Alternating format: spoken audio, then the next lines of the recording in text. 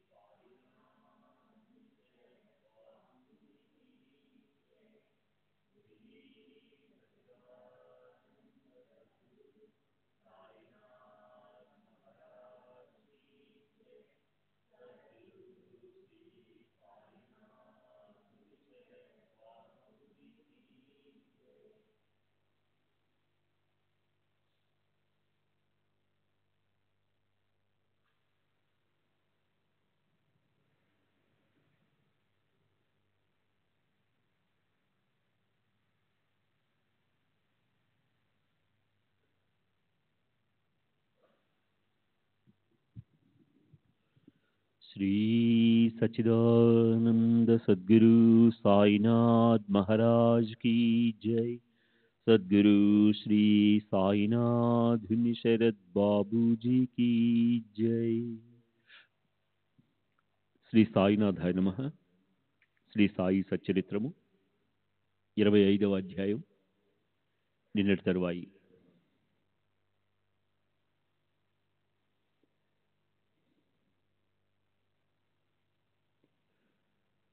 సాయి చరణాలపై శిరస్సు నుంచి కొంతసేపు కూర్చున్నాడు. సంకల్ప వికల్పాలు మనసు లక్షణం. దాము అన్న మనసులో వ్యాపారం గురించిన ఆలోచన సాగింది. భక్తుడు అనేక రకాల కోరికలను కోరుకుంటాడు, కానీ తన నిజమైన శ్రేయస్సును తెలుసుకోడు. గురువు ఒక్కడే శిష్యుని భూత భవిష్య వర్తమానాలలోని హితాన్ని తెలుసుకుంటారు. ఎవరైనా తమ మనోగతాన్ని ఎంత గుప్తంగా ఉంచినా సర్వాంతర్యామి అయిన సాయి సమర్థులు వారి అంతరంగంలోని దానిని తెలుసుకుంటారు. ఎవరైనా సరే తమ మనసులోని విషయాన్ని సాయి చరణాలయందు ప్రేమతో మనవి చేసుకుని వారి యందు పూర్తి విశ్వాసంతో వారి అనుమతిని కోరితే సాయి వారికి యోగ్యమైన మార్గాన్ని చూపుతారు. ఇది వారి వ్రతం. భక్తులందరికీ ఇది తెలుసు. వారు అనన్య శరణాగతులైన భక్తుల ఆపదలను నివారిస్తారు. గురువే నిజమైన మాతాపితలు. అనేక జన్మల నుండి పోషించి రక్షించేవారు గురువు. గురువే బ్రహ్మ విష్ణు మహేశ్వరుడు. చేసేవారు చేయించేవారు వారు ఒక్కరే. బిడ్డ మధుర పదార్థాలను కోరితే తల్లి చేదు ఔషధాన్ని త్రాగిస్తుంది. బిడ్డ ఏడ్చి గోల చేసినా తల్లి ప్రేమ మారదు. ఔషధంలోని చేదు జబ్బును నయం చేస్తుందని బిడ్డకు తెలియదు. ఏది మంచో తల్లికే తెలుస్తుంది. అన్న బాబాను భాగస్వామిగా చేసుకున్నా బాబా దానికి లోబడతారా? వారి ప్రేమ ఏ లాభమూ ఆశించనిది. వారెల్లప్పుడూ తమ భక్తుల హితంలో తత్పరులై ఉంటారు. ధన కనకాలను మట్టిలా భావించే వారికి వ్యాపారంలో భాగమెంతటిది? ఈ సత్పురుషులు కేవలం దీనజనులను ఉద్ధరించడానికే జగత్తులో అవతరిస్తారు. యమ నియమ శమధమాది సంపదలున్నవారు, మాయా మాత్సర్యాది వికారాలనే దోషాలు లేనివారు, కేవలం పరులను అనుగ్రహించడానికి జీవించేవారు సత్పురుషులు. దాము అన్న యొక్క భాగస్వామ్యం అనే ఆలోచన అతని మనసులోనే రహస్యంగా ఉండగా బాబా బయటికి ఏం సమాధానం చెప్పారో శ్రద్ధగా వినండి. జీవుల యొక్క భూత భవిష్య వర్తమానాలు, వారి మనోగతాలన్నీ బాబాకు కరతలామలకం. భక్తుల యొక్క భవిష్యత్తు బాబాకు పూర్తిగా తెలుసు. సమయానికి సరిగ్గా వారు ఏ విధంగా హెచ్చరించారో వినండి. అప్పటి నహీరే బాపు కిసీమే, మేము ఎందులోనూ లేము బాబు అని బాబా ప్రేమగా వ్యాపారం సరైనది కాదని తమ అయిష్టతను సూచించారు. అన్నా లోలోన సిగ్గుపడిపోయాడు. బాబా మాటల నుండి దాము అన్నాకు విషయం అర్థమైంది. మనసులోని సంకల్పాన్ని విడిచిపెట్టి అధోవదనుడై ఊరికే కూర్చున్నాడు. అతని మనసులో మరో ఆలోచన కలిగింది. బియ్యం గోధుమలు వంటి ధాన్యాలతో మరో వ్యాపారం చేస్తేనో అని. దానికి బాబా ఇచ్చిన సమాధానం వినండి. 5 సేర్లు చొప్పున కొని 7 సేర్లు చొప్పున అమ్ముతావు అని చెప్పారు. వారి మాటలు విని అన్నా మనసులో సిగ్గుపడిపోయాడు. సృష్టిలో ఎక్కడ ఏది సంభవించినా సాయి దృష్టిలో పడకుండా ఉండదు. కింద పైన ఇక్కడ అక్కడ అంతా వారికి అవగతం. ఇక్కడ దాము అన్న స్నేహితుడు అన్నా వద్ద నుండి జవాబు రాక ఏం చేయాలో తెలియక ఆలోచనలో పడ్డాడు. తరువాత జరిగిన వృత్తాంతం అంతా అతనికి దాము అన్న ఉత్తరం రాయగా అతడు అది చదివి ఆశ్చర్యపోయాడు. కర్మగతి ఎంత విచిత్రం అని అనుకున్నాడు. చేతిలోని వ్యాపారాన్ని తాను స్వయం ఆలోచించకుండా ఆ ఫకీర్ సలహా కోరడం ఎందుకు? వృధాగా లాభాన్ని వదులుకున్నాడు. దేవుడిస్తే కర్మ లాగేసుకుంటుంది. జరగవలసిన దానిని బట్టే బుద్ధి పనిచేస్తుంది. ఇంత చక్కటి వ్యాపారంలో మధ్యన ఆ ఫకీర్ ఎందుకు? ప్రపంచ వ్యవహారాలు వదిలేసి ఇంటింటా రొట్టె ముక్కలు అడుక్కుని పొట్ట నింపుకునేవాడు ఏం సలహా చెప్పగలడు? సేటుకు అసలు అదృష్టం లేదు. అందుకే ఇలాంటి బుద్ధి పుట్టింది. ఇక వేరెవరినైనా భాగస్వామిగా చూసుకోవాలి. జరగవలసినప్పుడు జరగదంతే అని అనుకున్నాడు. అన్నా ఊరికి ఉండిపోయాడు. అతని స్నేహితునితో కర్మకాలిన ఒక వ్యక్తి భాగస్వామిగా చేరి కష్టాలలో పడ్డాడు. సట్టా వ్యాపారం చేయగా అతని రోజులు బాగాలేక అక్కడ కూడా దెబ్బతిని నష్టపోయాడు. ఫకీర్ మాట విననందుకు శిక్ష. మా దాము అన్న ఎంతటి అదృష్టవంతుడు, గొప్ప తెలియగలవాడు. సాయిబాబా నిజంగా మహాత్ముడు. వారికి భక్తులపై ఎంతటి కరుణ. స్నేహితుడనని దాము అన్న నా మాట విని ఉంటే కష్టాలలో చిక్కుకునిపోయేవాడు. ఫకీర్ మాట విని రక్షింపబడ్డాడు. అతనికి ఎంతటి దృఢ విశ్వాసం. అతని వెరితనాన్ని హేళన చేశాను. నేను చాలా తెలివైన వాడిని గర్వపడ్డాను. అంతా వ్యర్థమైన అనుభవమైంది. ఆ ఫకీర్ను అనవసరంగా నిందించాను. వారి సలహాను పాటించి ఉంటే వారు నన్ను కూడా రక్షించేవారే. ఇలా నష్టపోయేవాడిని కాను అని అనుకున్నాడు.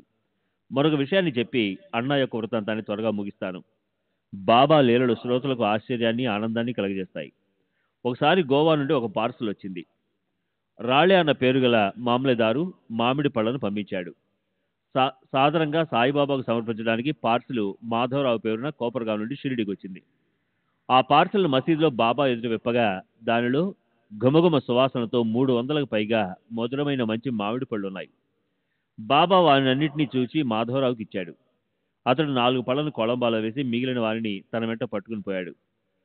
కొలంబాలో పళ్ళు ఉంచగానే బాబా వారిని అక్కడే ఉండనివ్వండి, అవి దాము అన్నాకి ఇవ్వాలి అని చెప్పారు.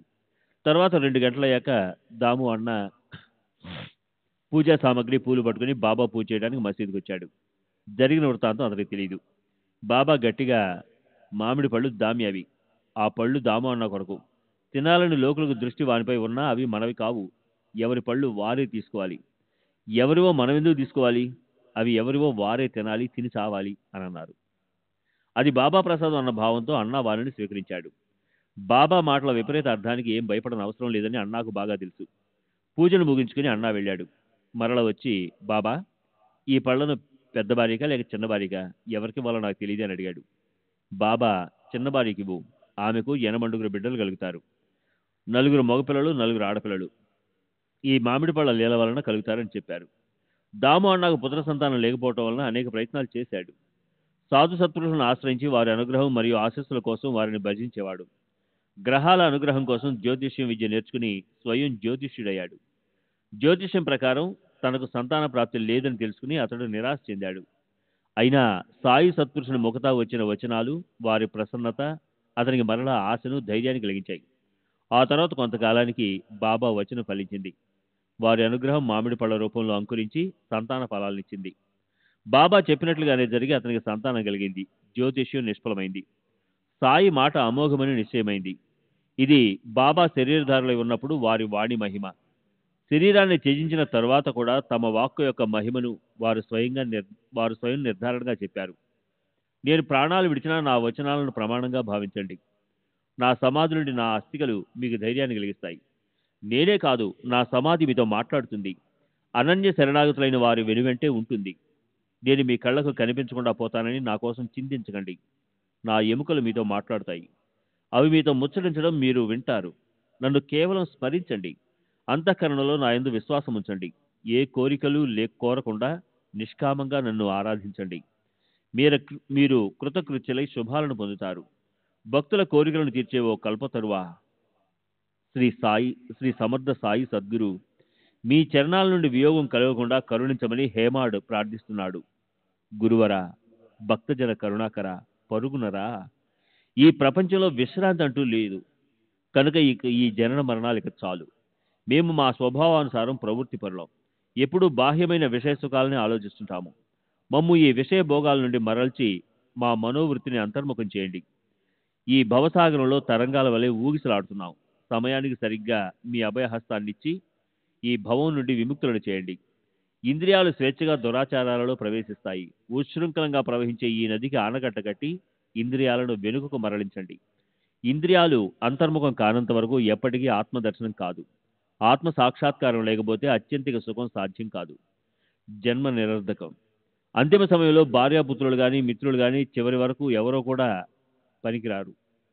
మాకు తోడుగా ఉండి ముక్తిని, ఆనందాన్ని ప్రసాదించేది మీరొక్కరే. కర్మల బంధనాలను తొలగించి ఈ దుఃఖాల నుండి విముక్తిని కలిగించండి.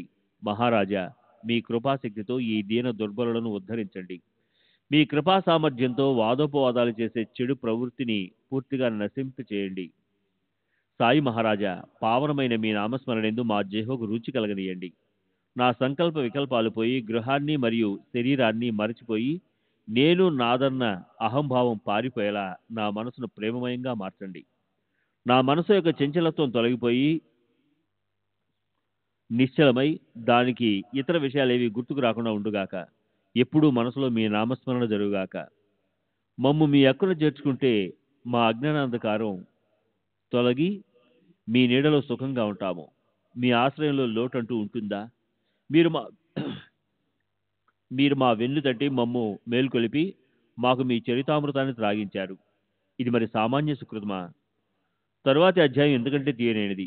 అది శ్రవణార్థుల కోరికలను తీర్చి సాయి చరణాలయందు ప్రేమను పెంచి దృఢమైన శ్రద్ధను కలిగిస్తుంది.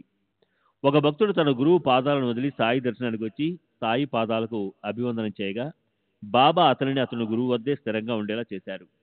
మరో గృహస్థుడు శ్రీమంతుడై ఉండి కూడా కష్టాలను చిక్కుని భార్యాబిడ్డలతో సహా సాయిబాబా దర్శనానికి వచ్చాడు. బాబా అతని బాధను ఎలా తీర్చారు? అపస్మారంలో ఉన్న అతని పుత్రుని వ్యాధిని కేవలం దర్శనంతో తొలగించి అతనికి పూర్వపు దృష్టాంతాన్ని గుర్తు చేసిన విషయాన్ని వినండి.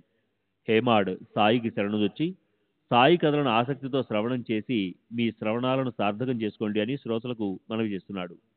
స్వస్తి శ్రీ సంత సజ్జన ప్రేరితము భక్త హేమాడ్ పంత విరచితమైన శ్రీ సాయి సమర్థ సచ్చరితంలో భక్తాభీష్ట సంపాదనమును 25వ అధ్యాయం సంపూర్ణం. శ్రీ సద్గురు సాయినాథార్పణమస్తు. శుభం భవతు. శ్రీ సచ్చిదానంద సద్గురు సాయినాథ్ మహారాజ్ కీ జై.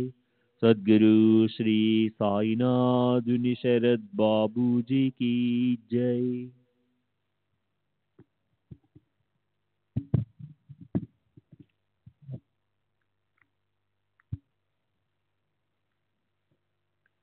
శ్రీ సాయి సచ్చరిత్ర 26వ అధ్యాయము. శ్రీ గణేశాయ నమః. శ్రీ సరస్వతాయ నమః. శ్రీ గురుభ్యో నమః. శ్రీ కులదేవతాయ నమః. శ్రీ సీతారామచంద్రోభ్యాయ నమః. శ్రీ సద్గురు సాయినాథాయ నమః. భూత భౌతిక విషయాల్లోనున్న ఈ అఖిల విశ్వము అద్దంలో ప్రతిబింబించిన నగరం వలె మాయా విజృంభం భ్రమ. వాస్తవానికి ఇది అసలు ఉత్పన్నం కాలేదు. ఆత్మస్వరూపంలో అన్యోచితమైంది. అత్యస్వరూపంలో ఉన్న ఈ విశ్వము చరాచరాలతో అద్భుతంగా అగుపిస్తుంది. అద్దంలో కనిపించినవన్నీ వాస్తవానికి అద్దంలో ఉండవు. వాసనలతో కూడిన నిద్రలో కనిపించిన మెలకు రాగానే నశించిపోతాయి. జాగ్రత్తావస్థలో రాగానే స్వప్నంలో లభించిన ప్రపంచం పోతుంది. సద్గురుని మనోవ్యాపకోపదేశం వలన అధ్యాయానందం కలుగుతుంది. విశ్వం యొక్క స్మరణ, సత్తా మరియు అధిష్టానమైన గురుత్వాత్మకగు ఈశ్వరుడు ప్రసన్నుడైనప్పుడే ఆత్మ సాక్షాత్కారము. ఆత్మస్వరూపము సత్యరూపము స్వప్రకాశమైనది. భూత భౌతిక విశ్వము మాయా కౌతుకము లీల. ఆ బ్రహ్మ స్తంభం పర్యంతము భూత భౌతిక జగత్తంతా కల్పితము. ఈ విధంగా అంతటా వ్యాపించిన జగత్తు కేవలం మాయా విజృంభితం. ఆత్మ స్వరూప జ్ఞానం లేనందువల్ల తాడు సర్పంగా, మాలగా, కర్రగా, ప్రవాహంగా భావిస్తుంది. అట్లే విస్తరించి ఉన్న ఈ జగత్తుకు ఆత్మస్వరూపంలో చోట్లేదు. గురువచనాలను బోధించే సమయము ప్రాప్తించినప్పుడు మాయామయమైన ఈ దృశ్య జగత్తు తత్వజ్ఞానంతో లయమైపోతుంది. ప్రథమ రూపమైన ఏకవచన రూపమైన గృణాతి అర్థాన్ని మనసులో ఉంచుకుంటే తత్వోపదేశం చేయటంలో గురువు ఒక్కరే సమర్థులు.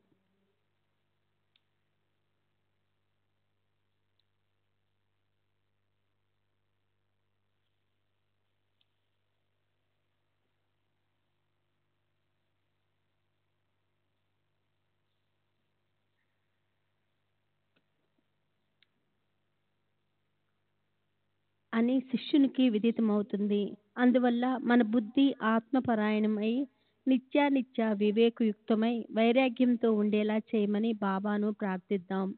నేను అవివేకిని, మూర్ఖుణ్ణి. నా బుద్ధి అజ్ఞానంతో ఎప్పుడూ కుతర్కాలు చేస్తుంది. అందువల్లనే ఈ సమస్యలు. బాబా, నాకు గురువు యందు, వేదాంత వచనాల యందు దృఢ విశ్వాసం ఉంచేలా నా అంతఃకరణం అద్దంలా నిర్మలమై అందు ఆత్మజ్ఞానం ప్రకటమయ్యేలా చేయండి. సద్గురు సాయి సమర్థ యథార్థ జ్ఞానాన్ని తెలుసుకునేలా అనుగ్రహించండి. అనుభవజ్ఞానం లేకుండా వట్టి వాచాలత్వముంటే పరమార్థాన్ని ఏం సాధించగలం? బాబా, మీ ప్రభావంతో జ్ఞానాన్ని శరీరంతో అనుభవింపచేసి సహజమైన సాయుధ్యాన్ని ప్రసాదించి మమ్ము కరుణించండి. ఆ ముక్తి కోసం దేవ సద్గురు సాయి, శరీరమే నేను అని తలచే మా అహంభావాన్ని మీ చరణాల యందు అర్పిస్తాము. మాలో నేను అనేది లేకుండా ఇక ముందు మమ్మల్ని మీరే కాపాడాలి. మా శరీరాభిమానాన్ని తీసేసుకోండి. మాకు సుఖదుఖాలు తెలియకుండా పోవాలి. మా ఇచ్ఛానుసారము మీ సూత్రాన్ని నడిపించి మా మనసులను అరికట్టండి. లేదా మా అహంభావం కూడా మీరే అయి మా సుఖదుఖాల అనుభవాలను కూడా మీరే తీసుకోండి. మాకు వాని చింత వద్దు. జై జై పూర్ణకామ. మాకు మీ యందు ప్రేమ స్థిరపడుగాక. మంగళధామ. ఈ చంచలమైన మనసు మీ పాదాల యందు విశ్రాంతిని తీసుకొనుగాక. బాబా, మీరు కాక మాకు మరెవరు హితవచనాలను చెప్తారు? ఎవరు మా దుఃఖాలను తొలగించి మా మనసులను శాంతి చేకూరుస్తారు? బాబా, మీరు షిరిడీ రావటం షిరిడీ యొక్క భాగ్యము. మీరు అక్కడే మీ నివాసాన్ని ఏర్పరచుకొని షిరిడీని పుణ్యక్షేత్రంగా చేశారు. షిరిడీ యొక్క సుకృతము ఎంత ధన్యము. సాయి దయామయులు దానిని భాగ్యవంతంగా తమ వసతి స్థానంగా అలంకరించారు. సాయిదేవ, మాకు ప్రేరణ కలిగించేది మీరే, మా వాక్కును నడిపించేది మీరే. మీ గుణాలను గానం చేయటానికి నేనెవరిని? మీ గుణాలను గానం చేయటానికి నేనెవరిని? చేసేవారు, చేయించేవారు మీరొక్కరే. మీతో నిత్య సమగం మాకు అగమనియమాలు. నిత్యము మీ చరిత్ర శ్రవణమే మాకు పారాయణము. అనుక్షణము మీ నామవర్తనే మాకు కథా కీర్తన. అదే మా నిత్యానుష్ఠానం, అదే మాకు తృప్తి. మీ భజన నుండి దూరం చేసే సుఖాలు మాకు వద్దు. పరమార్థంలో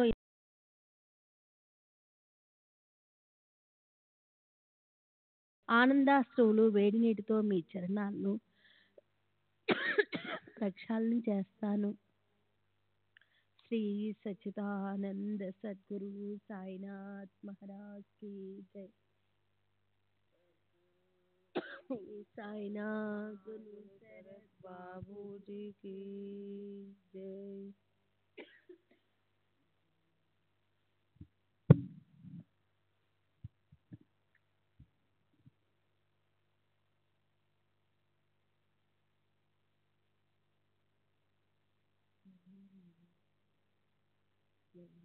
నిర్మలమైన ప్రేమ అనే చందనాన్ని మీ శరీరానికి పూస్తాను. మీకు శ్రద్ధ అనే మంచి వస్త్రాన్ని కప్పుతాను. బాహ్యోపచార పూజ కంటే ఈ అంతరంగ పూజా విధానముతో మిమ్ము ప్రసన్నులను చేసి సుఖ సంతుష్టుణ్ణి అవుతాను. స్వాతిక అష్టభావాలని, నిర్మలమైన అష్టదళాల కమలాన్ని అచంచలమైన ఏకాగ్ర మనసుతో పావనమై మీ చరణాలకు సమర్పించి ఫలితాన్ని పొందుతాను. శ్రద్ధ భక్తి అనే బుక్కను మీ నొసట అద్ది దృఢమైన విశ్వాసమనే మొలత్రాటిని మీ నడుముకు బంధించి మీ పాదాంగాష్టాలయందు నా కంఠాన్ని అర్పించి అలౌకికమైన ఆనందాన్ని అనుభవిస్తాను. ప్రేమరత్నాలతో మిమ్ము అలంకరించి నా సర్వస్వాన్ని మీకు దిగదిడుపు దృష్టి తీస్తాను. నా పంచ ప్రాణాలను వింజామరులుగా వీస్తాను. మీ తాప నివారణ కోసము తన్మయత్వమనే గొడుగును పట్టుతాను.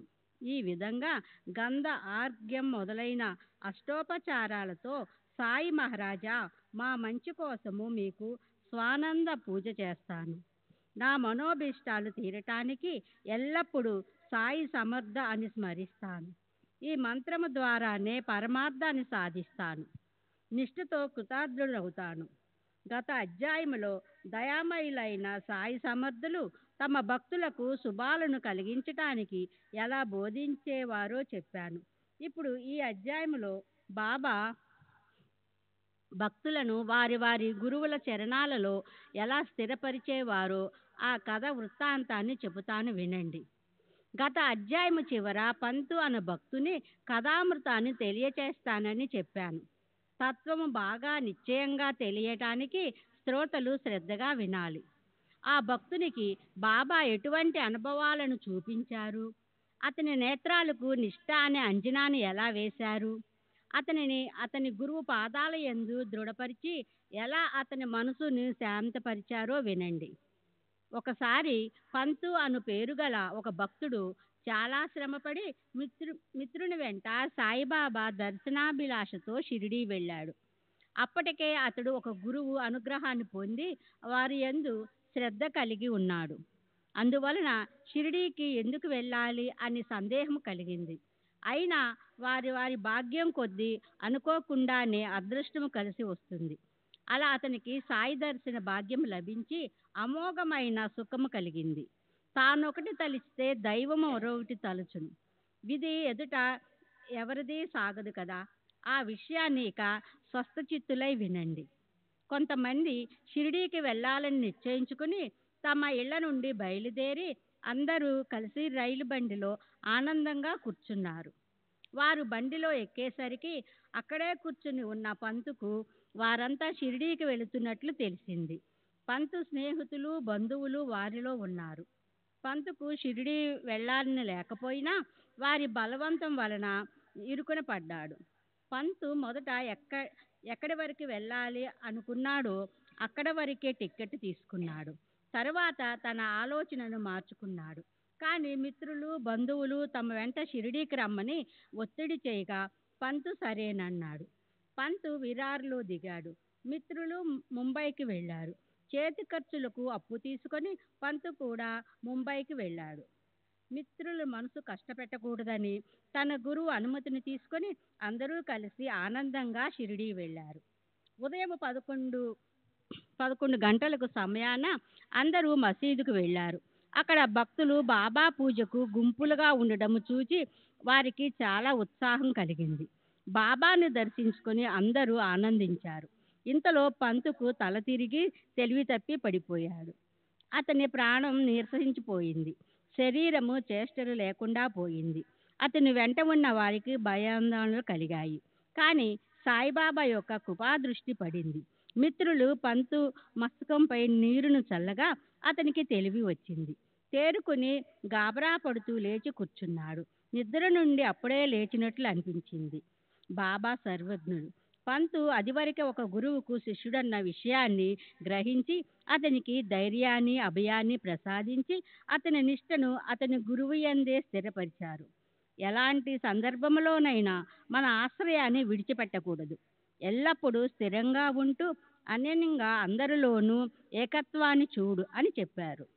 పంతుకు అది బాగా అర్థమైంది. తన గురువు స్మరణకు వచ్చారు. సాయిబాబా యొక్క అనుగ్రహము జీవితమంతా గుర్తుంది. అట్లే ముంబై పట్టణ నివాసి హరిచంద్ర అన్న ఒక గృహస్థుడు పుత్రుడు అపస్మార రోగగ్రస్తుడు కావడం వలన ఎంతో దుఃఖపడసాగాడు. దేశ విదేశాల్లోని వైద్యులయ్యారు. కానీ ఏమీ నయం కాలేదు. అందరి ప్రయత్నాలు వ్యర్థమై సాధు పురుషులు మిగిలారు.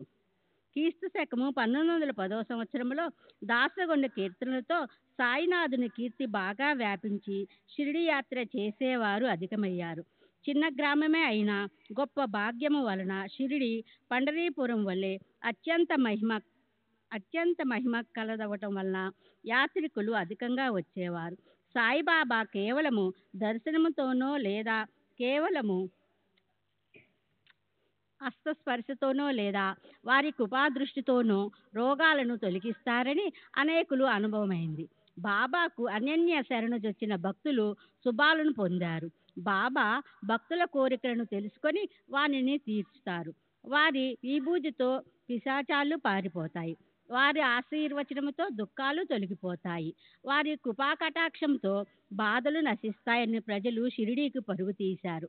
బాబా యొక్క మహత్యాన్ని దాసగను గ్రంథాలలోనూ కథాకీర్తనలోనూ కర్ణాకర్ణిగా విని పితలేకు బాబా దర్శనము చేసుకోవాలని కోరిక కలిగింది. పూర్వపుణ్యము ఫలితంగా పితలే భార్యాబిడ్డలను రకరకాల పళ్లను వెంట తీసుకొని షిరిడీకి వచ్చాడు.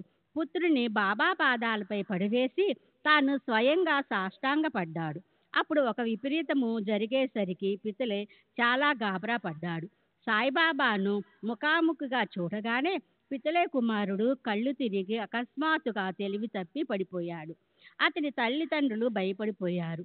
స్పృహ లేకుండా నేల మీద పడి బాగా నురుగులు కక్కుతుంటే అప్పుడు తమ కర్మకి ఏం చేయాలి అని తల్లిదండ్రులకు చింత పట్టుకుంది. బాలుని శరీరం అంతా చెమటలు పట్టాయి. నోటి నుండి వచ్చే నురుగా ఆ పరిస్థితిలో చూస్తే ఆ బాలుని శ్వాస ఆగిపోతుందేమో అనిపించింది. బాలుడు బ్రతుకుతాడన్న ఆశ పోయింది. బాలుడు అలా అంతకు మునుపు అనేక సార్లు స్పృహ కోల్పోవటం జరిగింది. కానీ ఇంతసేపు ఎప్పుడూ ఉండలేదు. ఇప్పుడు ఇది నభూతో నభవిష్యత్ అనే ప్రాణాంతకంగా వచ్చింది. ఏమిటి ఇలా జరిగిందని కుమారుణ్ణి చూచిన తల్లి కళ్ళ నుండి అశ్రువులు ఆగకుండా కారుతున్నాయి. అసలు వచ్చింది దేనికి, జరిగిందేమిటి? ఏదైనా ఉపాయం లభిస్తుందని వస్తే అపాయము జరిగింది. ఈ సాయి పాదాలు ఇంతటి ఘాతుకమా? మా ప్రయత్నమంతా వ్యర్థమేనా? దొంగల భయంతో ఇంట్లోకి ప్రవేశిస్తే ఇల్లు పైన పడినట్లయింది. అట్లే మేము ఇక్కడికి రావటం జరిగింది అని ఆమె అన్నది. పులి తినేస్తుందని ఆవు ప్రాణభయముతో పారిపోతుంటే దారిలో కసాయి ఎదురైనట్లు జరిగింది. ఎండకు మాడిపోతున్న బాటసారి చెట్టు నీడలోకి వెళితే ఆ చెట్టే వ్రేళ్లతో సహా ఊడిపడినట్లయింది మా గతి. భక్తిగా దేవుని గుడిలోనికి పూజకని వెళితే గుడి కూలి పైన పడినట్లయింది అని ఆ స్త్రీ వాపోయింది. అప్పుడు బాబా మనసులో ధైర్యము తెచ్చుకో, అబ్బాయిని లేపి జాగ్రత్తగా తీసుకుని వెళ్ళు, అతనికి తెలివి వస్తుంది, పిల్లవాడిని బస్సుకు తీసుకువెళ్ళు, కాసేపట్లో అతడు బాగవుతాడు, ఊరికే కంగారు పడకు అని బాబా ఆమెకు ధైర్యం చెప్పారు. తర్వాత వారు అలా చెయ్యగా బాబా వచనాలు నిజమయ్యాయి. పితలే కుటుంబం అంతా ఆనందించారు. వారి మనసులోని సందేహాలు తొలగిపోయాయి. అబ్బాయిని బసకు తీసుకొని వెళ్ళగానే అతనికి తెలివి వచ్చింది. అతని తల్లిదండ్రులు దిగులు తొలగిపోయి చాలా ఆనందించారు.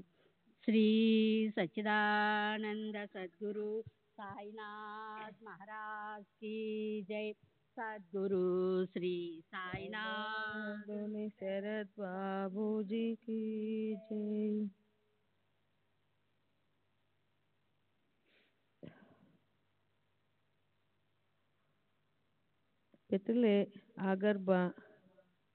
పితలే భార్యతో సహా బాబా దర్శనానికి వచ్చి వారికి అత్యంత వినయంగా సాష్టాంగ ప్రణామం చేశాడు. తన కుమారుడు స్వస్థత చెందినందుకు కృతజ్ఞతతో ఆనందంతో బాబా చరణాలను ఒత్తుతూ కూర్చున్నాడు. బాబా చిరునవ్వు నవ్వుతూ, ఏమిటి, ఇప్పుడైనా నీ మనసులోని ఆలోచన తరంగాలు శాంతించాయా అని అడిగి విశ్వాసంతో సహనాన్ని కలిగి ఉండే వారిని శ్రీహరి రక్షిస్తాడు అని అన్నారు. పితలే ఆగర్భ శ్రీమంతుడు, గొప్ప కులీనుడు, గౌరవం కలవాడు. బాబాకు పళ్ళను మిఠాయిలను దండిగా అర్పించాడు. అతని భార్య మంచి సాత్వికురాలు, శ్రద్ధ భక్తులున్న ప్రేమమయి. స్తంభం వద్ద కూర్చొని బాబా వైపు తదేక దృష్టితో చూచేది. అలా చూస్తూ చూస్తూ ఉంటే ఆమె కళ్ళు అశ్రువులతో నిండిపోయేవి. ఆమె అలా రోజు చేస్తూ ఉంటే ఆమె విశేషమైన ప్రేమకు బాబా తమను తాము మరిచిపోయేవారు. సత్పురుషులు కూడా భగవంతుని వలనే భక్త పరాధీనులు.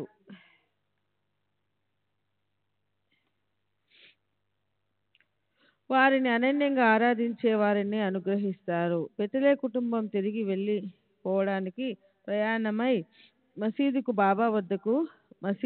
బాబా వద్దకు వెళ్ళారు. బాబా అనుమతిని విభూదిని తీసుకొని బయలుదేరారు. ఇంతలో బాబా తమ జేబు నుండి 3 రూపాయలను తీసి పితలేను దగ్గరికి పిలిచి చెప్పిన మాటలను వినండి. బాపు, నేను నీకు పూర్వం 2 రూపాయలను ఇచ్చాను. వాటితో పాటు ఈ 3టిని ఉంచి పూజ చేయి, నీకు శుభం కలుగుతుంది. ఆ రూపాయలను పితలే చేతిలోనికి తీసుకుని వానిని ప్రసాదంగా భావించి ఆనందంగా స్వీకరించాడు. బాబా పాదాలకు సాష్టాంగపడి, మహారాజా, నన్ను కరుణించండి అని అన్నాడు. అతనిలో ఆలోచన తరంగాలు లేచాయి. నేను ఇక్కడికి రావడం ఇదే మొదటిసారి కదా, మరి బాబా అన్నదేమిటి నాకేం అర్థం కావటం లేదు. నేను ఇది వరకెప్పుడు బాబాను చూడనే లేదు. మరి వారు నాకు 2 రూపాయలను ఎప్పుడు ఇచ్చారు? దీని అర్థం అసలు బోధపడటం లేదు అని ఆశ్చర్యపడ్డాడు. బాబా మాటలు స్పష్టంగా ఎలా అర్థమవుతాయి?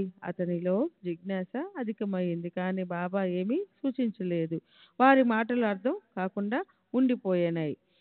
సత్పురుషులు సహజంగా పలికిన ఆ మాటలు తప్పక నిజమవుతాయని పితలేకు తెలుసు కనుక ఆలోచనలో పడ్డాడు. తర్వాత ముంబైలోనే తన ఇంటికి వెళ్ళాడు. వారింటిలోని ఒక వృద్ధురాలు అతని జిజ్ఞాసను తీర్చింది.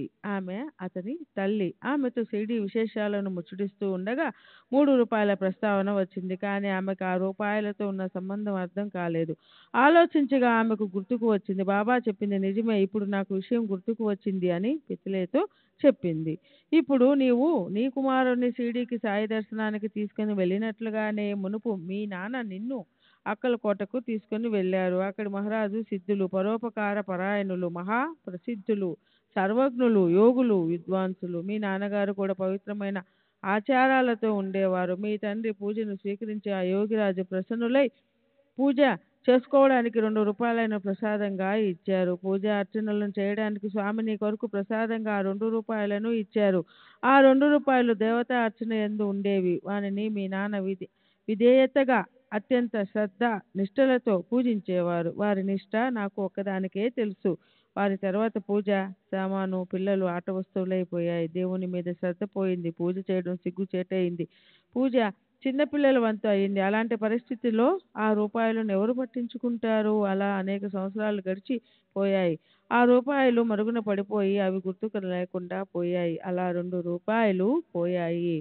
మర్చిన దానిని గుర్తు చేయడానికి, నీ కష్టాలను తొలగించడానికి నీ మహాభాగ్యం కొద్దీ అక్కలకోట మహారాజు సాయి రూపంలో కలిశారు.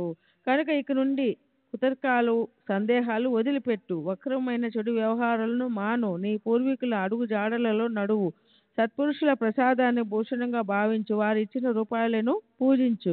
సాయి సమర్థులు పూర్వ వృత్తాంతాన్ని గుర్తుకు తెచ్చి భక్తిని పునర్జీవనం చేశారు అని చెప్పింది. ఆ తల్లి యొక్క మాటలను విని పితిలే మనసుకు పరమ ఆనందం కలిగింది. సాయి యొక్క సర్వ వ్యాపకత్వం బాగా నాటుకునింది. వారి దర్శనంతో జన్మ సార్థకమైందని తలిచాడు. తల్లి యొక్క అమృత వాక్కులు నిద్రాణమైన అతని భక్తి భావాన్ని జాగృతం చేశాయి. అతనికి పశ్చాత్తాపం అనే ప్రాయశ్చిత్తం కలిగింది. భవిష్యత్తులో సన్మార్గాన్ని సూచించాయి. జరగవలసింది జరిగింది. సత్పురుషులు భావి జీవితాన్ని జాగృతం చేశారు. వారి ఉపకారాన్ని కృతజ్ఞతతో గుర్తుంచుకొని పితలే తన విధులలో సావధానంగా ఉన్నాడు. ఇటువంటి మరొక అనుభవాన్ని చెప్తాను, శ్రద్ధగా వినండి. భక్తుల యొక్క ఉత్కంఠల మనోవృత్తిని బాబా ఎలా నిగ్రహించేవారో గమనించండి. శ్రీ సచ్చిదానంద సద్గురు సాయినాథ్ మహారాజ్ కీ జై. సద్గురు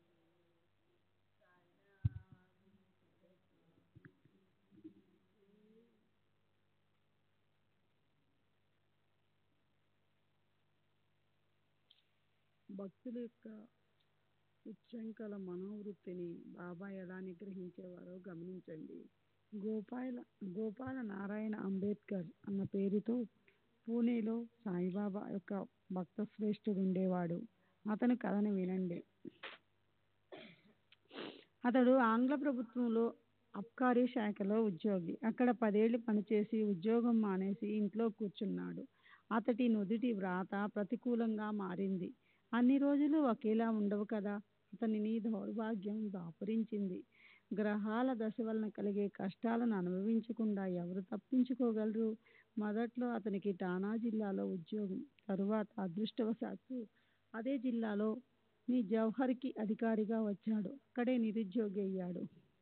ఉద్యోగం ఆకు మీద నీటి బొట్టుతో క్షణభంగురం. అది పోతే మరలా లభించటం మాటలా? అతడు ఎంతగానో ప్రయత్నించాడు, కానీ అతనికి అదృష్టం లేదు. అందువల్ల స్వతంత్రంగా బతకాలని నిశ్చయించుకున్నాడు. కష్టాలు పరాకాష్ఠనందుకోగా అతడు అన్ని విధాలా హతాశుడయ్యాడు. పటేలుకు ఉన్న డబ్బు అంతా ప్రతి ఏడు ఊడ్చుకుని పోయి కష్టాలపైన కష్టాలు వచ్చి బాగా దిగజారి అతని ఇంటి పరిస్థితి భరించలేనంత బాధాకరమైంది. ఈ విధంగా 7 సంవత్సరాలు గడిచాయి. ప్రతి సంవత్సరం షిరిడీకి వెళ్ళి బాబాను సాష్టాంగ నమస్కారం చేసి వారి ముందు తన బాధను ఏకరువు పెట్టేవాడు. 1916వ సంవత్సరంలో పూర్తిగా విసుగు చెంది షిరిడీ క్షేత్రానికి వెళ్ళి అక్కడ ఆత్మహత్య చేసుకోవాలని నిర్ణయించుకున్నాడు. భార్యతో సహా వెళ్ళి అక్కడ 2 మాసాలున్నాడు. శ్రీ సచ్చిదానంద సద్గురు సాయినాథ్ మహారాజ్ కీ జై. సద్గురు భరత్ బాబూజీకి జై. ఒకరోజు రాత్రి జరిగిన వృత్తాంతాన్ని వినండి. అంబాడేకర్ దీక్షిత్వాడ ఎదుట ఒక ఎద్దుల బండి మీద కూర్చుని ఉండగా అతనిలో ఆలోచన తరంగాలు లేచాయి. అతనికి జీవితం పైన విసిగెత్తిపోయింది. అత్యంత ఉదాసీనుడై చాలు చాలు బాబా, ఈ కష్టాలు ఇక వద్దు, జీవించాలన్న కోరిక నాకు లేదు అని తలచి ప్రాణాలపైన ఆశని వదిలేసి అంబేద్కర్ బావిలో దూకటానికి సిద్ధమయ్యాడు.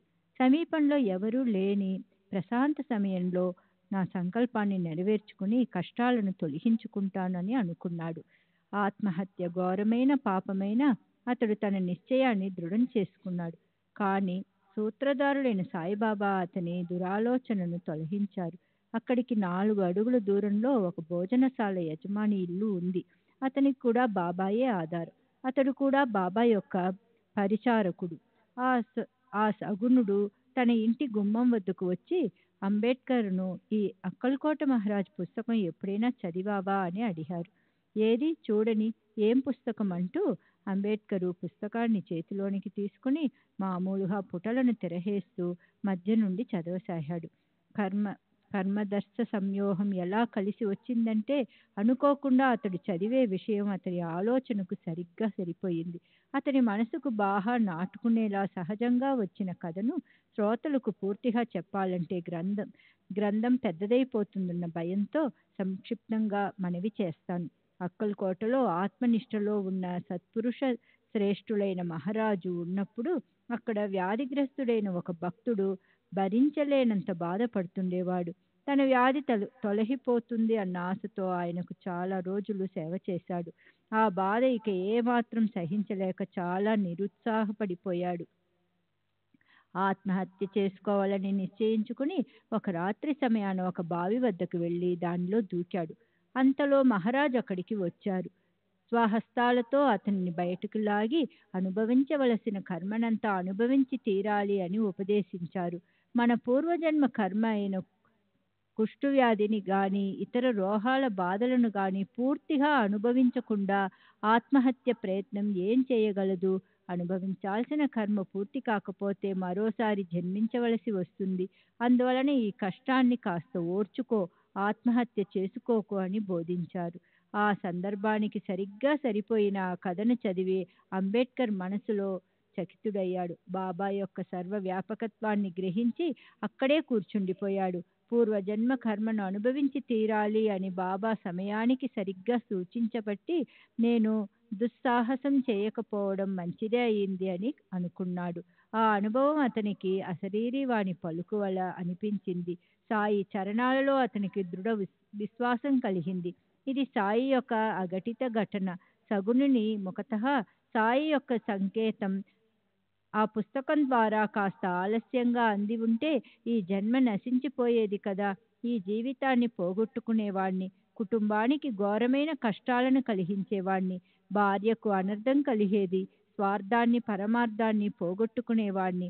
బాబా సగుణుని ప్రేరేపించి ఆ పుస్తకం మిషతో నన్ను ఆత్మహత్య నుండి విరమించుకునేలా చేశారు అని తలపోశారు.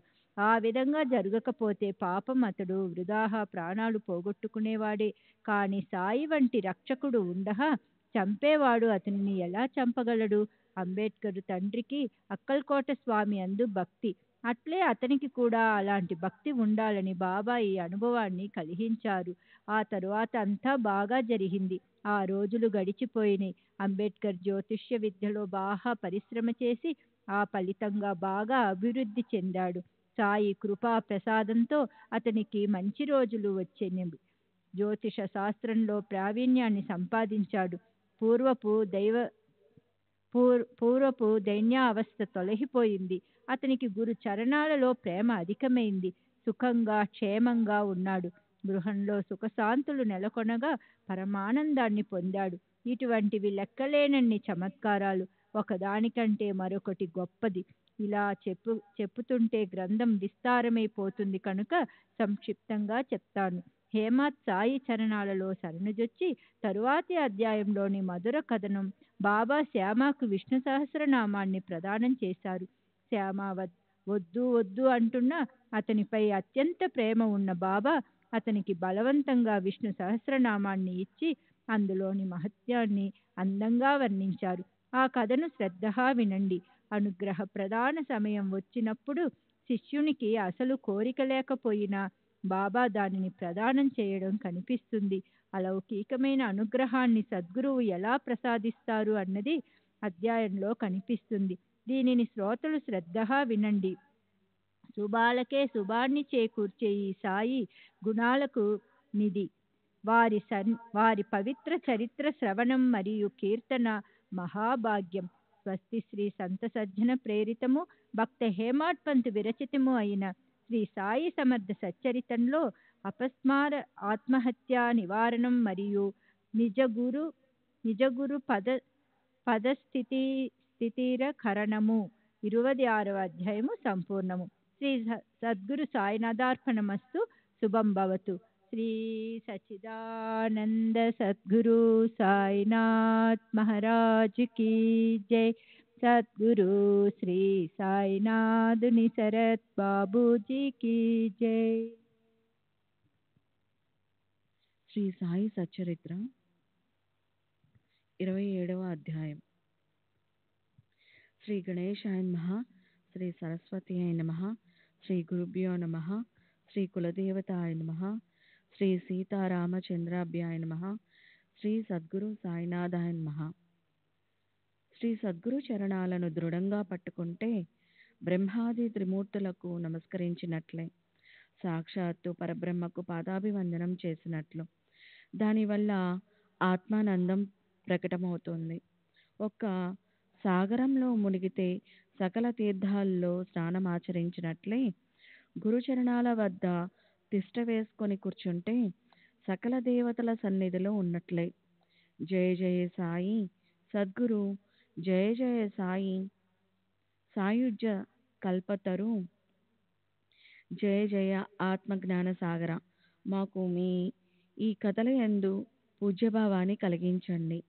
మేఘాలు నీటిని చాతక పక్షులు త్రాగేలా భావికులైన భక్తులు మీ కథామృతాన్ని సేవించి ఎప్పుడు సుఖంగా ఉందురుగాక. మీ పావన కథను విని శరీరమంతా చెమటలు పట్టి రోమాంచితమవుగాక. కళ్ళ నుండి ప్రేమాశ్రువులు దొరలుగాక.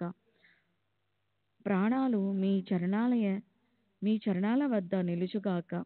మనసు ఉప్పొంగుగాక. శరీరం మాటిమాటికి రోమాంచితమవుగాక. శ్రోతలు పరివారంతో సహా మరలా మరలా కన్నీరు కార్చుదురుగాక. పరస్పర విరోధాలు, చిన్న పెద్ద అనే భేదభావాలు తొలగిపోవుగాక. గురువు యొక్క అనుగ్రహాన్ని తెలుసుకోవటానికి ఇదే గుర్తు. దీన్ని గ్రహించటానికి అంతరంగాన్ని శోధించాలి. ఈ అనుగ్రహం కంటికి కనిపించనిది, ఏ ఇంద్రియానికి గోచరించినది. జ్ఞానాన్ని ప్రసాదించే దాత సద్గురువు తప్ప త్రిభువనాలు వెతికినా లభించరు.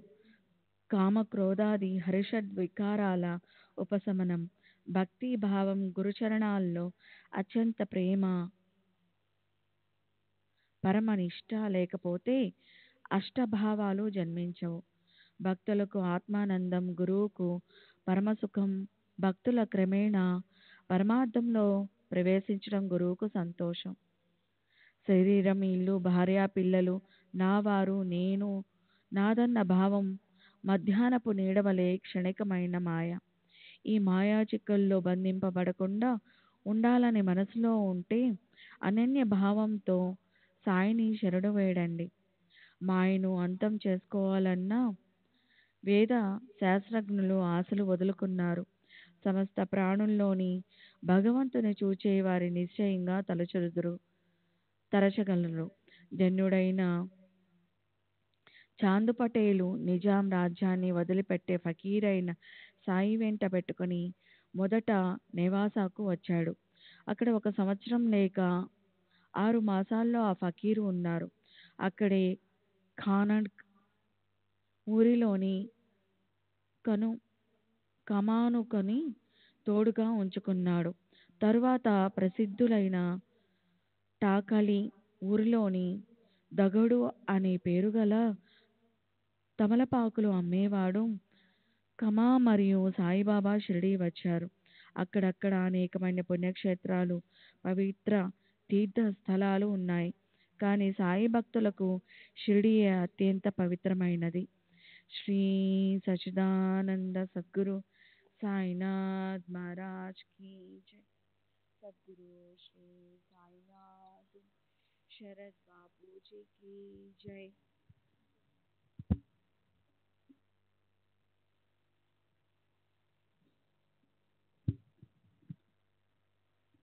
శ్రీ సచ్చిదానంద సద్గురు సాయినాథ్ మహారాజ్ కీ జై.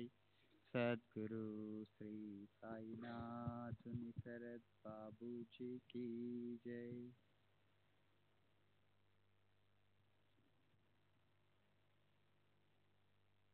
దైవవశాత్తు ఈ యోగం కలుగకపోతే దీనులమైన మనకు సాయితో కలిసి ఉండే మహద్భాగ్యం ఎలా కలిగేది? ఇది మన అదృష్టం.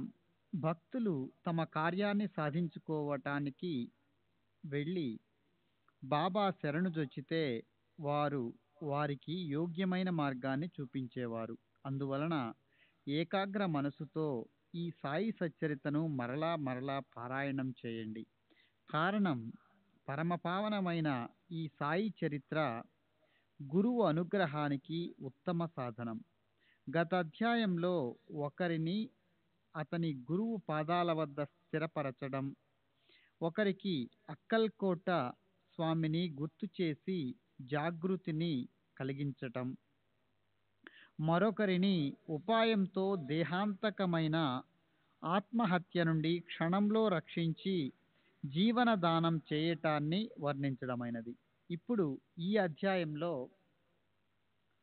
సాయిబాబా ప్రసన్నులవుతే భక్తులకు అనుగ్రహాన్ని ప్రసాదించి వారిని ఎలా సుఖ సంపన్నులను చేస్తారో తెలియజేస్తాను.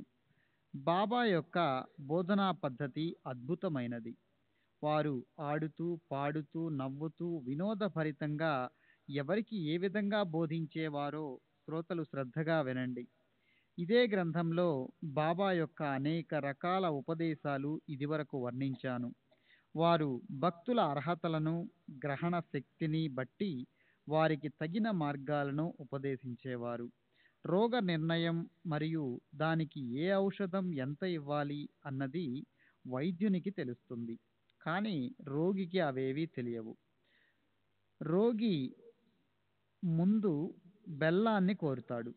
బెల్లం తీయగా ఉంటుంది, కానీ రోగులకు అది అపకారం చేస్తుంది. అయినా రోగి అదే కావాలని మొండి చేస్తాడు. బెల్లం మొక్క చేతిలో పెట్టే వరకు మందు చేతికి అందుకోడు. రోగిపై నిర్బంధం ఉండకూడదు. అందువల్ల వైద్యులు యుక్తిగా ముందు బెల్లం ముక్క పెట్టి తరువాత ఔషధాన్నిచ్చి తమ పనిని సాధిస్తారు. అయితే బెల్లం యొక్క దోషాన్ని హరించే విధంగా అనుపానాన్ని మారుస్తారు. దాంతో మందు ఒంటికి పట్టుతుంది. బాబా పద్ధతి కూడా అదే. కానీ అందరి పట్ల ఇదే నియమం కాదు. భక్తుల అర్హతలను, స్వభావాలను, భక్తి శ్రద్ధలను, సేవను, ప్రేమను గమనించి వారికి అనుగ్రహాన్ని ప్రసాదించేవారు. బాబా యొక్క లీలలు అద్భుతం. వారు ఎవరిపైనైనా ఎప్పుడైనా ప్రసన్నులైతే వారిని ఎలా అనుగ్రహిస్తారో వినండి. ఒకసారి బాబా మనసుకు తోచిందా, ఎవరికి ఏ కోరిక లేకపోయినా మామూలుగా వినోదాలతో పరిహాసం చేస్తూ భక్తులను కృతార్థులను చేస్తారు. భక్తుల మనసులలో ఏదైనా గ్రంథ పఠన చేయాలని కోరిక కలిగితే వారు ఆ గ్రంథాన్ని బాబా చేతుల్లో ఉంచి దానిని వారి ప్రసాదంగా తిరిగి తీసుకునేవారు. ఆ తరువాత దానిని పఠనం చేస్తే అది శుభప్రదం, శ్రోతలకు వక్తకు పరమ శ్రేయస్కరం. అది ప్రసాద పూర్ణ శ్రవణం. ఒకరు దశావతార చిత్రాలను, ఒకరు దశావతార స్తోత్రాలను, మరొకరు పంచరత్న గీత వంటి పవిత్ర పుస్తకాలను, చరిత్రలను బాబాకు అర్పించేవారు. దాసగను కూడా తన సంత లీలామృతం మరియు భక్త లీలామృతం గ్రంథాలను అర్పించాడు. మరొకరు వివేక సింధు గ్రంథాన్ని అర్పించారు. బాబా వారిని శ్యామాకు ఇచ్చేవారు. శ్యామా, ఈ పుస్తకాలు నీ కొరకు, వీనిని ఇంట్లో భద్రంగా కట్టి ఉంచు అని చెప్పేవారు. వారి ఆజ్ఞను శిరసావహించి శ్యామ ఆ పుస్తకాలను భద్రపరిచేవాడు. భక్తులు అలా అంగళ్ళ నుండి పుస్తకాలను తెచ్చి వారిని బాబా చేతికిచ్చి వారి ప్రసాదంలా వాటిని మరలా తీసుకోవాలని అడిగేవారు. బాబా ఉదార స్వభావం కలవారే అయినా భక్తులు అలా ఇవ్వటానికి సాహసించలేక మాధవరావును వెంటబెట్టుకొని బాబా ముందుకు వెళ్ళేవారు. అతను చూచి అతని చేత్తోనే బాబా చేతికి గ్రంథాన్ని ఇప్పించేవారు. బాబాకు ఆ గ్రంథాల ప్రాముఖ్యత తెలిసినట్లే భక్తుల స్థితి కూడా తెలుసు. భక్తులు గ్రంథాలను చేతికి ఇచ్చినప్పుడు బాబా పుస్తకాల పుటలను మరలా త్రిప్పేవారు. అప్పుడు భక్తులు పుస్తకాలను తిరిగి తీసుకోవటానికి చేతులు చాచేవారు. బాబా వారికి ఇవ్వకుండా వాటిని మాధవరావుకు ఇచ్చి, శ్యామా, దీనిని ప్రస్తుతం నీ వద్ద ఉంచు అనేవారు. అదిగో, దానికోసం ఆతురతతో చేతిని చాచిన వారిది ఇది. వారిది వారికి ఇవ్వనా అని శ్యామ స్పష్టంగా అడిగేవాడు. కానీ బాబా నీ దగ్గరే ఉంచు అని చెప్పేవారు. ఒకసారి భాగవత పఠనంలో ప్రీతిగల భక్తుడు కాకా మహాజని ఆ గ్రంథాన్ని తన వెంట తీసుకుని షిరిడీ వెళ్ళాడు. అక్కడ అతనికి మాధవరావు కలిసి ఆ పుస్తకాన్ని చేతిలో పట్టుకొని మసీదుకు వెళ్ళాడు. బాబా మామూలుగా శ్యామా, నీ చేతిలోని ఆ పుస్తకం ఏమిటి అని అడిగాడు. శ్యామ బదులు చెప్పగా ఆ పుస్తకాన్ని చేతికి అందుకొని చూచి అతనికి తిరిగి ఇచ్చేశారు. ఇదే ఏకనాథ భాగవత గ్రంథాన్ని, ఇదే ప్రతిని కాకా మహాజని అది వరకు శ్రీవారి నుండి ప్రసాదంగా స్వీకరించినదే. ఈ గ్రంథం అసలు నాది కాదు, ఇది కాకా మహాజనిది. నేను చదవాలనే కోరికతో తీసుకున్నానని శ్యామ స్పష్టంగా తెలియజేశాడు. అయినా బాబా అతనితో, నీకిది పనికి వస్తుందని నీ వద్ద ఉంచమని ఇచ్చాను, నీ పుస్తకాలలో ఉంచు అని చెప్పారు. తరువాత కొంతకాలం అయ్యాక కాకా మహాజని మరలా షిరిడీకి వచ్చాడు. మరొక భాగవత గ్రంథాన్ని తీసుకుని వచ్చి బాబా చేతిలో ఉంచాడు. దానిని బాబా ప్రసాదంగా అతనికి తిరిగి ఇచ్చి, బాగా శ్రద్ధగా పఠించు అని ఆజ్ఞాపించారు. ఇది నీకు బాగా పనికి వస్తుంది అని అతనికి ఉత్సాహాన్ని కలిగించారు. అంతేకాదు, ఇదే నిజంగా మన కార్యాన్ని సాధిస్తుంది, దీనిని ఎవరికీ ఇవ్వకు అని ఎంతో ప్రేమగా చెప్పారు. కాక భక్తిగా బాబాకు వందనం చేశాడు. బాబా ఏ కోరికలు లేని నిష్కాములు, దేనిని ఆశించని వారు.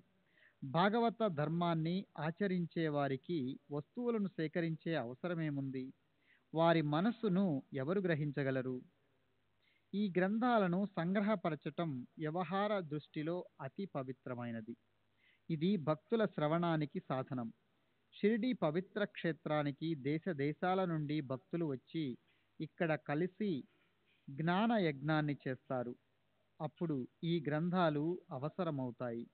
నేను నా ధామానికి వెళ్ళిపోయాక శ్యామ వీనిని తీసి చూపుతాడు. ఈ గ్రంథాలు నా ప్రతిరూపాలవుతాయి. పరమపావనమైన ఈ గ్రంథాలు షిరిడీలో కానీ ఇతర ప్రదేశాలలో కానీ పఠిస్తే భక్తులకు బాబా గుర్తుకు వస్తారు. పుస్తకాల సంగ్రహ కారణం అదే అయి ఉంటుంది. రామాయణమైన, భాగవతమైన, పారమార్థిక గ్రంథం ఏది అయినా రామకృష్ణాదుల చరితాలను పఠిస్తుంటే ముందు వెనుక సాయియే కనిపిస్తారు. ఈ సాయియే ఆ గ్రంథాలలోని ఆయా మహాత్ముల రూపంలో నటించారని అనిపిస్తుంది. అందువల్ల సాయిమూర్తిని శ్రోతలు వక్త ఎప్పుడు తమ ఎదుట చూస్తారు. గ్రంథాన్ని గురువుకు అర్పించినా లేదా బ్రాహ్మణునకు దానం చేసినా అది దాతకు శుభప్రదమని శాస్త్ర ప్రమాణం. గ్రంథాలను తనింటికి తీసుకుని వెళ్ళి వానిని భద్రంగా కాపాడే బాధ్యతను బాబా శ్యామాకు అప్పచెప్పటం అదేమన్నా స్వల్ప ప్రయోజనమా? శ్యామాకు బాబాపై అపరిమితమైన భక్తి ఉన్నట్లే బాబాకు అతనిపై అత్యంత ప్రేమ. అతనికి ఏదైనా నియమాన్ని విధించాలని సాయికి సంకల్పం కలిగింది. అప్పుడు శ్యామాకు కోరిక లేకున్నా బాబా అతనిని ఎలా అనుగ్రహించారో వినండి. ఒకరోజు ఒక రామదాసి సాధువు మసీదులో ఉన్నాడు. అతనికి రామాయణాన్ని పఠించడం నిత్య నియమం. ప్రాతకాలం మొహం కడుక్కొని స్నాన సంధ్యలు చేసి విభూతి పెట్టుకొని అనంతరం కాషాయ వస్త్రాలను ధరించి అనుష్ఠానం చేసేవాడు. విష్ణు సహస్ర నామావర్తన తరువాత శ్రద్ధగా ఆధ్యాత్మ రామాయణాన్ని పారాయణం చేసేవాడు. అలా కొంతకాలం గడిచాక మాధవరావుకు మంచి సమయం వచ్చి సాయి సమర్థుని చిత్తంలో ఒక ఆలోచన కలిగింది. అది ఏమిటో వినండి. మాధవరావు సేవ ఫలించింది. అతడు ప్రపంచ బాధల నుండి విశ్రాంతి పొందటానికి అతనికి మంచి నియమాన్ని చూపించి అతడు భక్తి మార్గం యొక్క ఫలితాన్ని పొంది ప్రపంచం నుండి విశ్రాంతి పొందాలని బాబాకు సంకల్పం కలిగింది. ఆ ఆలోచన రాగానే బాబా రామదాసుని తమ వద్దకు పిలిపించి, కడుపులో ప్రేగులు తెగిపోయేలా నొప్పిగా ఉంది, వెంటనే వెళ్ళి సోనాముఖిని త్వరగా తీసుకునిరా దానిని కాస్త తీసుకుంటే తప్ప ఈ కడుపు నొప్పి పోదు అని చెప్పారు. రామదాసు పాపం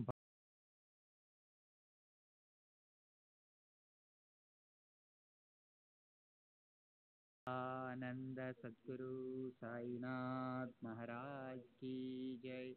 सद्गुरु श्री साईनाथ मुनि शरद बाबू जी की जय।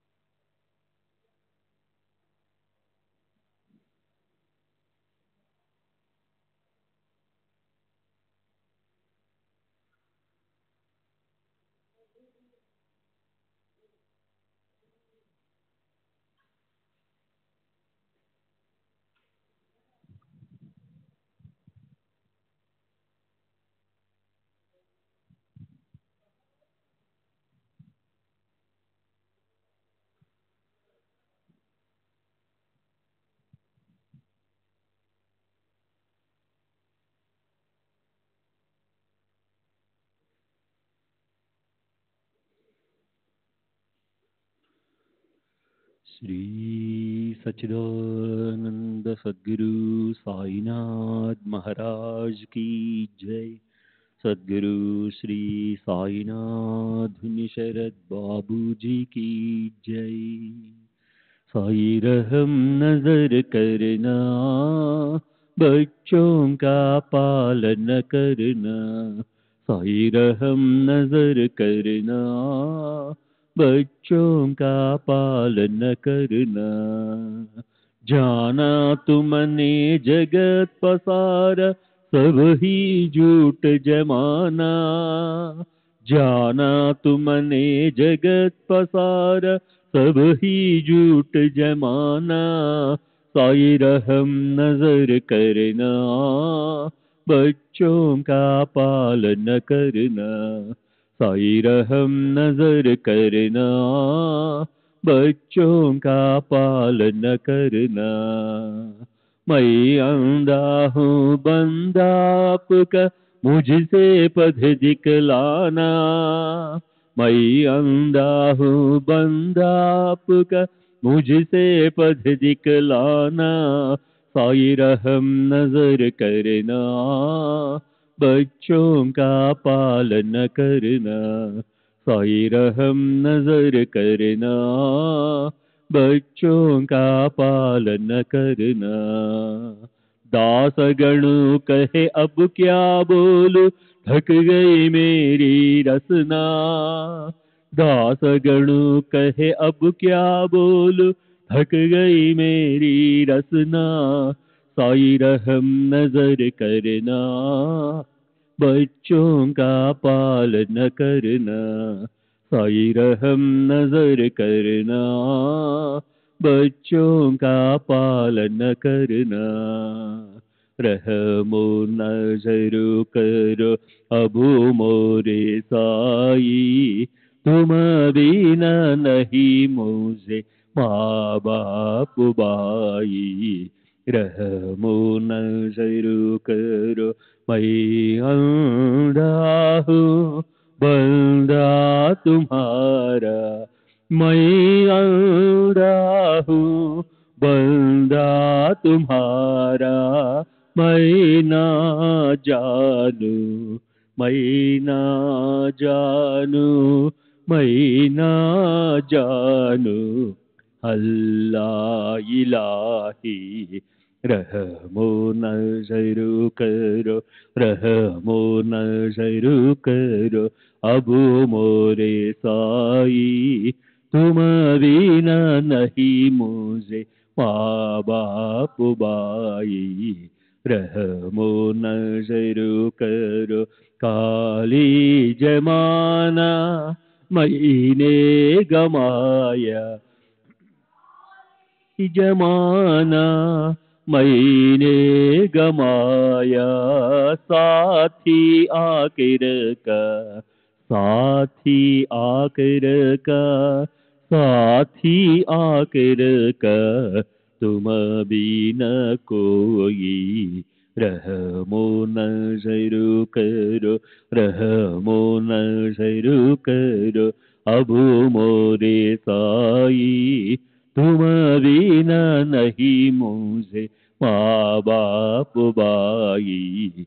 रहमो नजरू करो, अपने मस्जिद का झाड़ू गड़ो है, अपने मस्जिद का झाड़ू गड़ो है, मालिक हमारे, मालिक हमारे, मालिक हमारे, तुम बाबा साई। रहमो नजरू करो, रहमो नजरू करो, अबू मोरे साई, तुम बिना नहीं मुझे माँ बाप बाई। रहमो नजरू करो। श्री सच्चिदानंद सद्गुरु साईनाथ महाराज की जय। सद्गुरु श्री साईनाथ शरद बाबू जी की जय।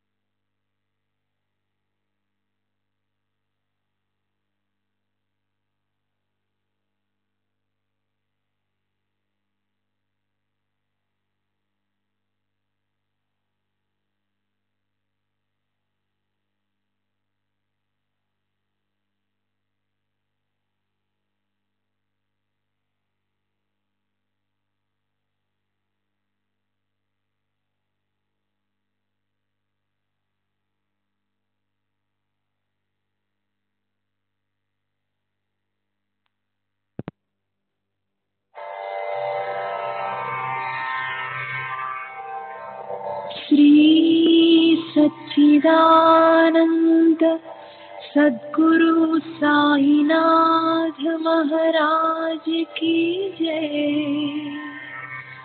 सद्गुरु श्री साईनाथुनि शरद बाबू जी की जय।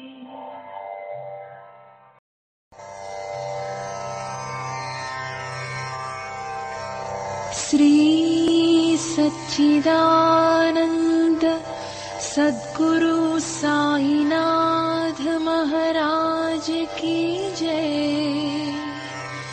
सद्गुरु श्री साईनाथुनि शरद बाबू जी की जय।